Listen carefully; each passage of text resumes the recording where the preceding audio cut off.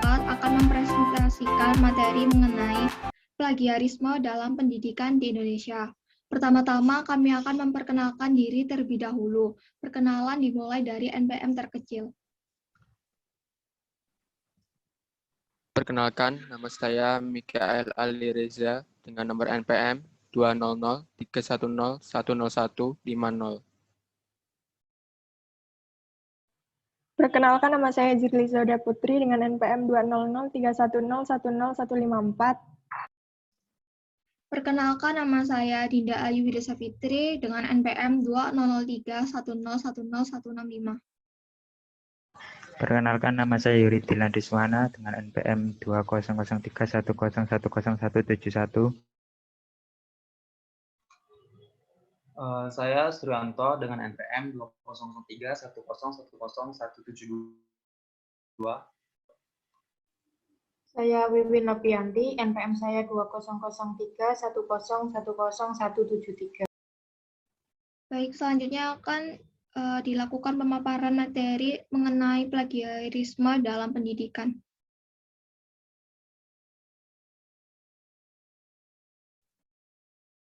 Pengertian plagiasi. Plagiat adalah perbuatan secara sengaja atau tidak sengaja dalam memperoleh atau mencoba memperoleh kredit atau nilai untuk suatu karya ilmiah dengan mengutip sebagian atau seluruh karya dan atau karya ilmiah orang lain tanpa menyatakan sumber secara tepat dan memadai. Plagiarisme merupakan perbuatan salah yang serius sebab mengambil karya orang lain dan mengakuinya sebagai karya sendiri.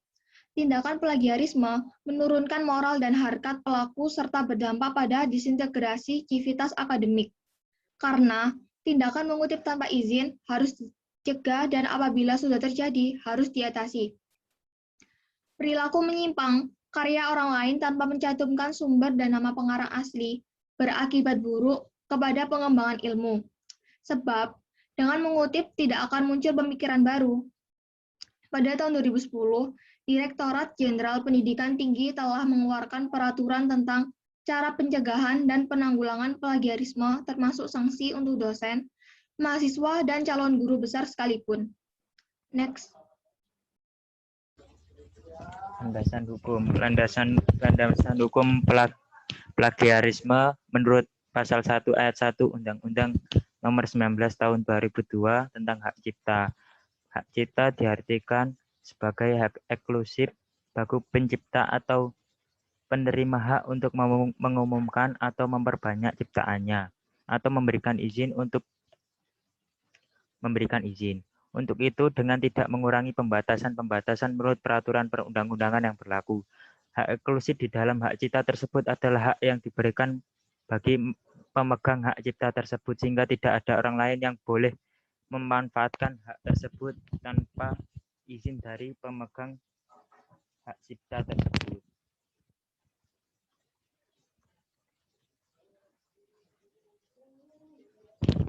Ruang lingkup perlindungan hak cipta. Yang pertama yaitu buku, pemrograman komputer, pamflet, perwajahan atau layout, karya tulis yang diterbitkan, dan semua karya tulis lain. Yang kedua yaitu ceramah, kuliah, pidato, dan ciptaan lain yang sejenis dengan itu. Yang ketiga, alat peraga yang dibuat untuk kepentingan pendidikan dan ilmu pengetahuan. Yang keempat, lagu atau musik dengan atau tanpa teks.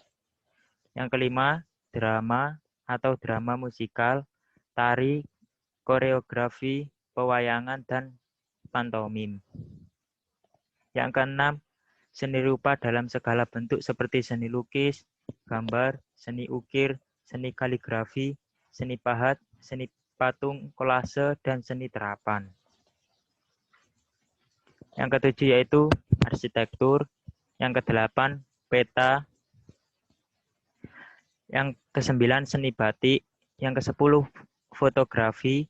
Yang 11, sinematografi. Yang ke-12, terjemahan, tafsir, saduran, bunga, rampai, database, dan karya lain hasil.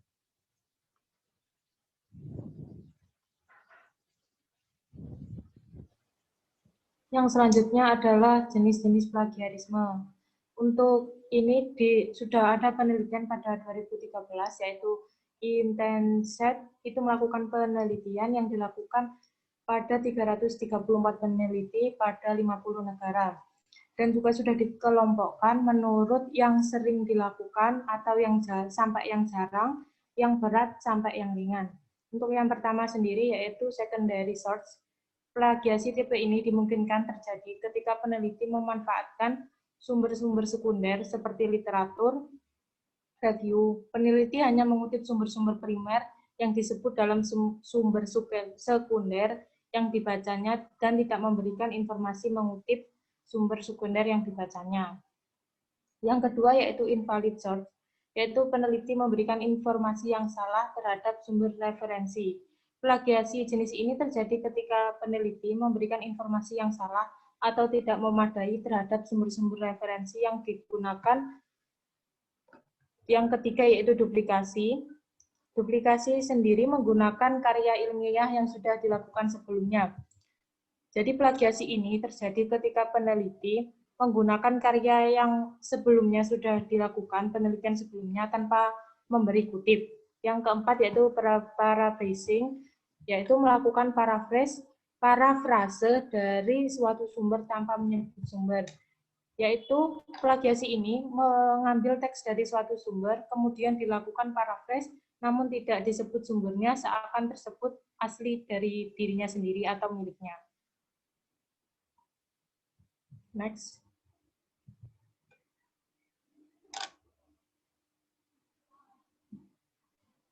Yang kelima, repetitive research, menggunakan data dan metode yang sama untuk penelitian baru. Jadi peneliti menggunakan data dan metode yang sama untuk penelitian baru tanpa disebutkan sumbernya, seakan itu miliknya sendiri dan tidak menerangkan kalau itu sudah pernah dipergunakan. Yang keenam yaitu replikasi, yaitu mengirimkan naskah ke beberapa saluran publikasi. Jadi plagiasi ini sendiri berupa tindakan mengirim naskah ke beberapa saluran publikasi seperti jurnal, conference, dan lain-lain. Untuk yang selanjutnya yaitu misleading attribution, yaitu salah satu atau tidak memadai dalam penyebutan pihak-pihak yang terlibat dan berkontribusi dalam sebuah penelitian atau yang disebut naskah, mencantumkan pihak yang tidak mempunyai kontribusi pada sebuah riset juga termasuk plagiasi di jenis ini. Yang selanjutnya yaitu unethical kolaborasi, yaitu plagiasi ini bisa terjadi ketika orang-orang berkolaborasi melanggar kesepakatan dan etika kolaborasi. Next. Yang kesembilan sendiri adalah verbatim plagiarisme, yaitu mengcopy kata per kata ide atau karya orang lain tanpa menyebut sumber.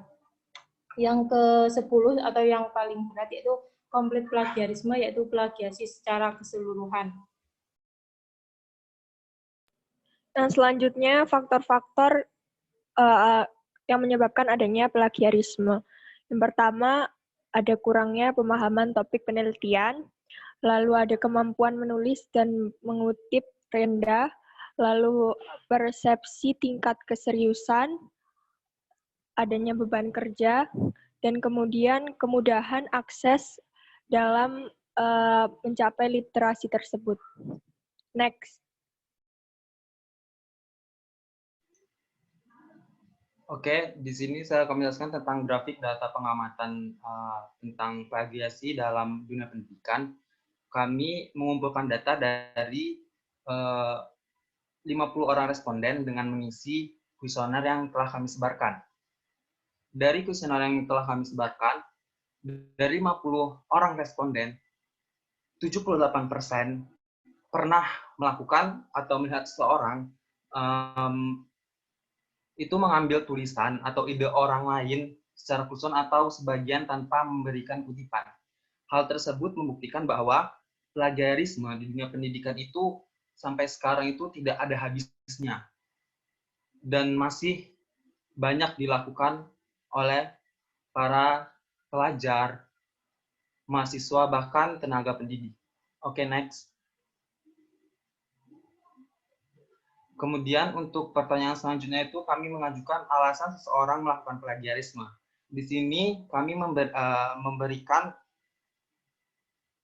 beberapa opsi. Yang pertama itu ada opsi terbatasnya waktu untuk menyelesaikan sebuah karya tulis atau sebuah tugas. Kemudian ada rendahnya minat baca dan melakukan analisis terhadap sebuah referensi. Kemudian ada kurangnya pemahaman mengenai plagiarisme.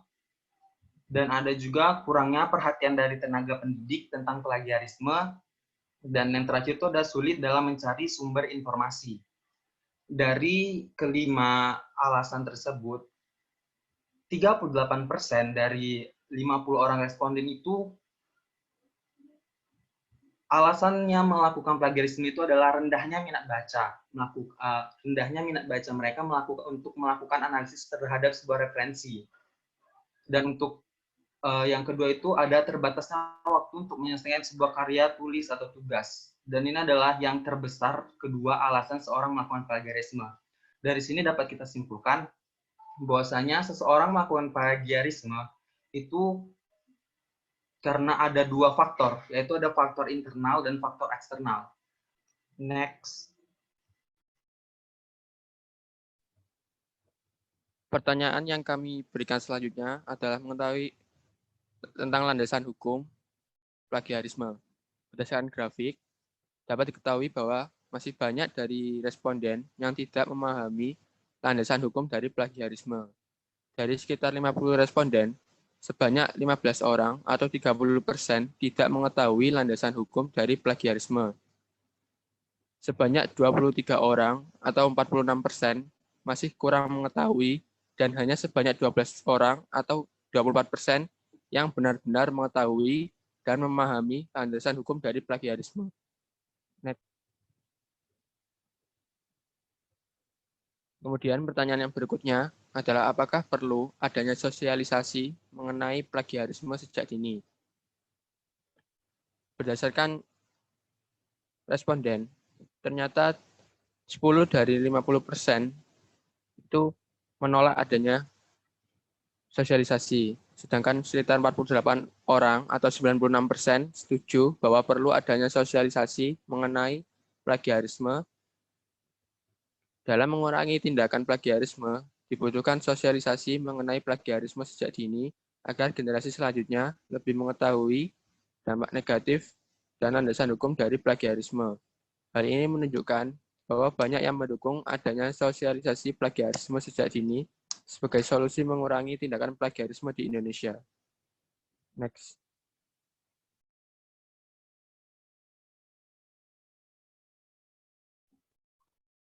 Demikianlah materi mengenai plagiarisme yang telah kami presentasikan.